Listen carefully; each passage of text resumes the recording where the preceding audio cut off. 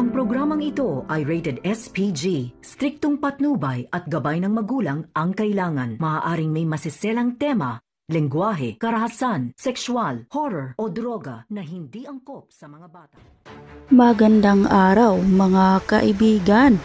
Narito ang dapat ninyong aabangan sa ating paboritong palabas sa APG Batang Quiapo. Wala na si Marites sa bahay ni Rigor, kaya itong Selena ang naghari-harian at boses na nga niya ang masusunod sa bahay ni Rigor. At nagdesisyon na nga itong Selena na papalayasin na niya itong si Camille at si Ruda, kaya wala nang nagawa ang dalawa kundi lumayas sa bahay ni Rigor. Ngunit sa paglakad ni Camille at nadaanan niya itong simbahan at nagkakataon naman na nakita niya itong si David na ikakasal na ito. Kaya nagtataka na lang itong si Camille kung bakit nga ba na ikakasal nga itong si David. Dito na nga siya sumisigaw sa pangalan ni David sa labas ng simbahan.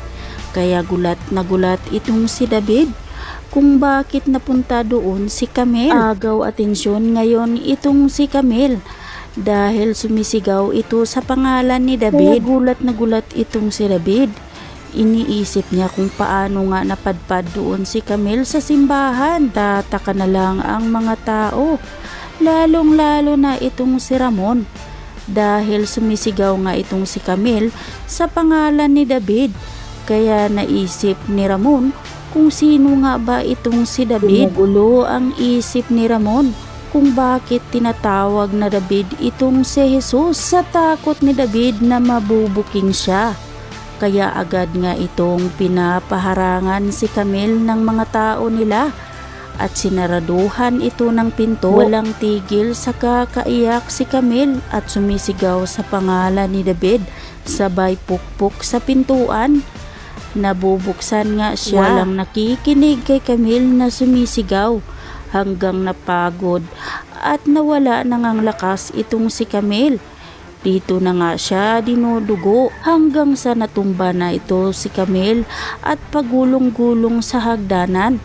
Dito na nga siya nalaglag at nawala na ngang malay. Sa kabilang banda, patuloy pa rin ang pakipaglaban nila Tanggol at ang mga kasamahan niya dito sa mga grupo ng mga kapulisan. Nakikipagpalitan ito ng bala hanggang sa natamaan itong si Maduna. At dito na nga matumba si Maduna hanggang sa malaglag niya ang bitbit niyang diamante. Patuloy pa rin ang pakipaglaban nila Tanggol hanggang sa makatakas na nga sila.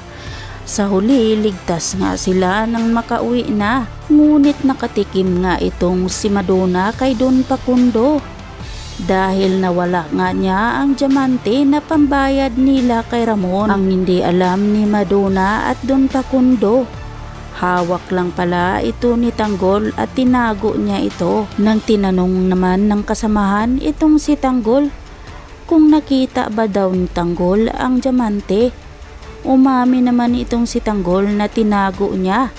Kaya agad nga niya itong kinuha at pinakita sa kanyang mga kasamahan at sinabi niya na yayaman na silang lahat, kaya walang katapusan ang saya ng mga kagrupo ni Tanggol. Ngunit hindi kaya sila mahahalata ni Don Facundo na nasa kanila lang ang diamante. Kaya naman mga kaibigan, aabangan natin ang pagsimula ng pagyaman nila Tanggol at matutuloy kaya ang kasal ni David.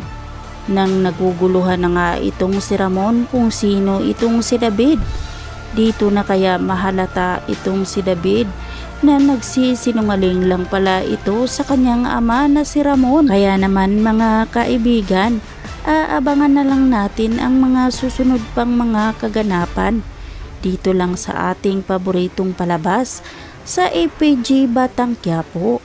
At huwag po sana ninyong kalimutan na i-like at share at pahingi na rin ng isang subscribe.